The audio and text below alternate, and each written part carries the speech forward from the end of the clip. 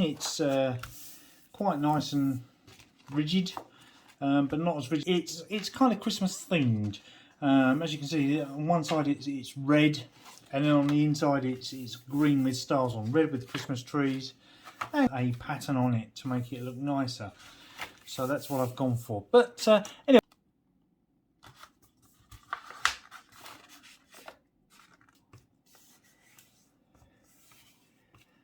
And then just open it up.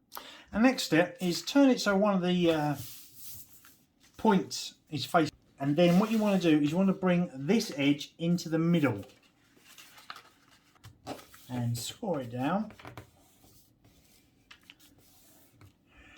Just like that. So you've got the two side pieces to do it without blocking the...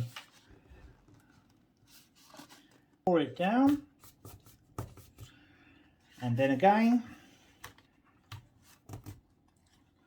score it down and fold down one side and bring this side, just keep creasing it down until you've got nice, open it up again and push, and again score everything down nice and tightly. It just goes